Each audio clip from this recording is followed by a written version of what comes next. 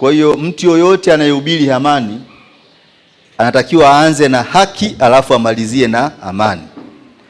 Ukiona mahali popote amani na mgogoro, jiulize, haki ilitendeka?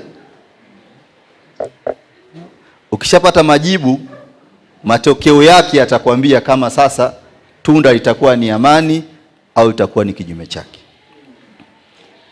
Kwa hiyo niwapongeze viongozi wa dini kwa kweli kwa kuendelea kuhubiri amani, kwa sababu taifa lenye amani ni taifa ambalo rahisi sana kupata maendeleo. Lakini msisitizo wetu mkubwa, lazima tutambue kwamba amani ni tunda la haki. Iwe ndani ya kanisa, iwe ndani ya serikali, iwe kwenye siasa, iwe kwenye maisha yote ya kawaida. Pakiwa na haki, hapata kuwa na manunguniko. Na hata leo nimefurahi sana kuona kila mtu anahubiri maridhiano.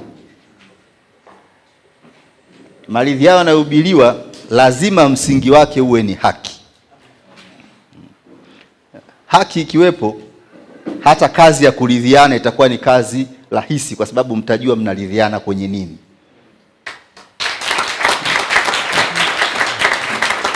Na kwa mtu yeyote ambaye anataka haki na amani viende sambamba,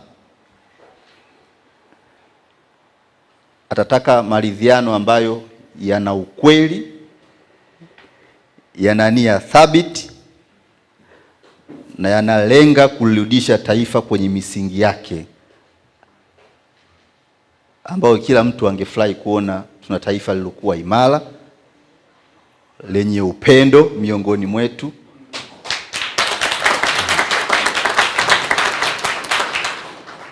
Kwa nilisema pia ni chombeze kidogo kwa sababu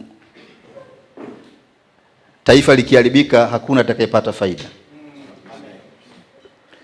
Na kazi ya kulijenga taifa ni kazi yetu sote, sio kazi ya kikundi fulani cha watu.